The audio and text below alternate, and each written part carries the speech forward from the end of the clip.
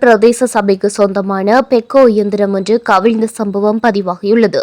அந்த இயந்திரத்திற்கான நிரந்தர அரசாங்க அங்கீகாரம் பெற்ற சாரதியின்றி அங்கீகாரம் பெறாத தனியார் சாரதி ஒருவரை சேவையில் ஈடுபடுத்தியிருந்ததாக தெரியவந்துள்ளது.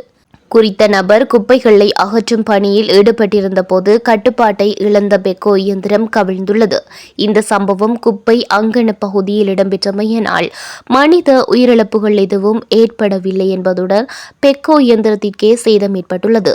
எதிர்காலத்தில் இவ்வாறான அனுபவமற்ற சாரதிகளை சிறிய வீதி புனரமைப்பு மற்றும் பொதுப்பணிகளுக்காக பயன்படுத்தாத வகையில் சம்பந்தப்பட்ட அதிகாரிகள் நடவடிக்கை எடுக்க வேண்டியது அவசியமாகியுள்ளது.